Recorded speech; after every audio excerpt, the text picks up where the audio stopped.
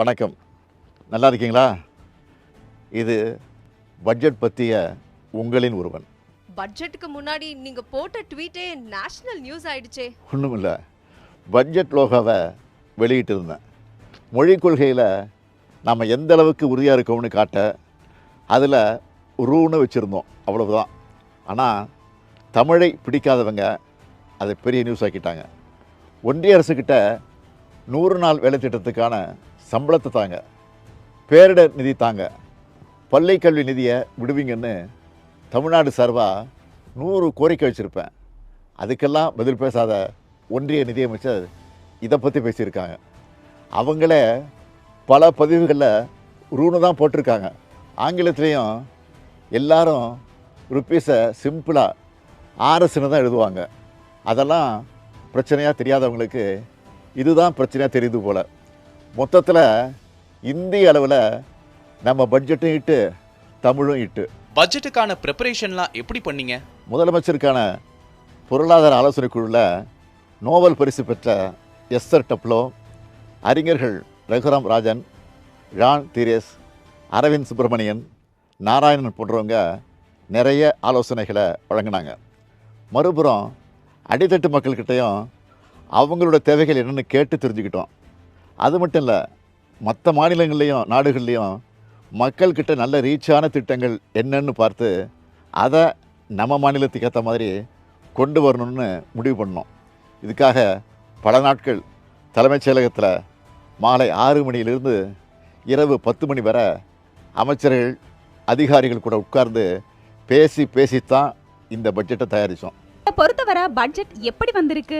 நான் சொல்கிறத விட இந்தியா முழுக்க வெளிவந்திருக்கக்கூடிய நாளிதழ்களை என்ன சொல்லியிருக்குன்னு பாருங்கள். இந்த இந்தியன் எக்ஸ்பிரஸ் பத்திரிக்கையில் தலைப்புச் செய்தியாக போட்டிருக்கிறாங்க, பட்ஜெட் தட் கவுண்ட்ஸ் ஆல் அப்படின்னு போட்டு ஒரு கோலத்தை போட்டு கார்ட்டூனில் எல்லா திட்டங்களும் கொண்டு வந்து சேர்த்து அதில் வெளிப்படுத்தியிருக்கிறாங்க.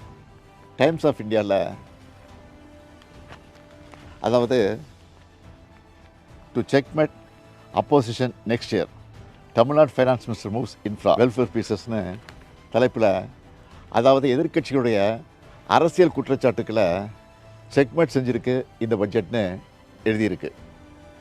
இது இந்து நாளிதழில் மாநிலத்தினுடைய வளர்ச்சிக்கு வழிவகுக்கும் முக்கிய துறைகளுக்கு கிடைத்த வெற்றியை இந்த பட்ஜெட்னு எழுதியிருக்கு. கல்வி, சமூக நலத்துறை திட்டங்களுக்கு பெரும்பாலும் முக்கியத்துவம் கொடுத்துருக்குறாங்க அப்படின்னு டெக்கான் கிரானிக்கல் எழுதியிருக்கு. மக்கள் நலத்திட்டத்துக்கும் உள்கட்டமைப்பு வசதிகளை மேம்படுத்தவும் முக்கியத்துவம் கொடுத்திருப்பதா தி பிஸ்னஸ் லைன் பாராட்டியிருக்கு. பெண்கள் முன்னேற்றத்தையும் மாநிலத்தின் நலத்திட்டத்தையும் மையப்படுத்தியிருக்கிறதா தி எக்கனாமிக் டைம்ஸ் எழுதியிருக்கு.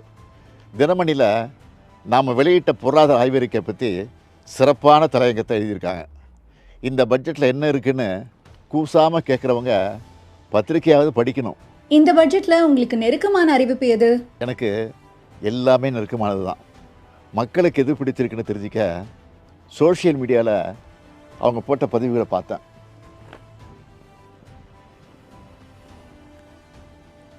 ஸ்கர்லட் விம்னல் என்ற ட்விட்டர் ஐடி பெண்கள் பாதிப்புக்குள்ளாகிற கருப்பை வாய் புற்றுநோய்க்கான தடுப்புக்கான மருந்தை அரசே இலவசமாக தரணும்னு என்னை டேக் பண்ணியிருந்தாங்க. இந்த திட்டத்தை செயல்படுத்த நினச்சிருந்தோம். இப்போ இந்த பட்ஜெட்டில் அதுக்கான அறிவிப்பை வெளியிட்டிருக்கிறோம். அது மட்டும் இல்லை, டாக்டர் நிகிதா மேகரா என்பவரும் ஃபென்டாஸ்டிக் நியூஸ்னு சொல்லி நன்றி தெரிவிச்சிருக்கிறாங்க. பாதகம் செய்பவரை கண்டால் நாம் பயம் கொள்ளலாகாது பாப்பா, மோதி மிதித்து விடு பாப்பா, அவர் முகத்தில் உமிழ்ந்து விடு பாப்பா. அண்மை செய்திகளை உடனுக்குடன் தெரிந்து கொள்ள இணைந்திருங்கள் எம் நாடு தொலைக்காட்சியுடன்.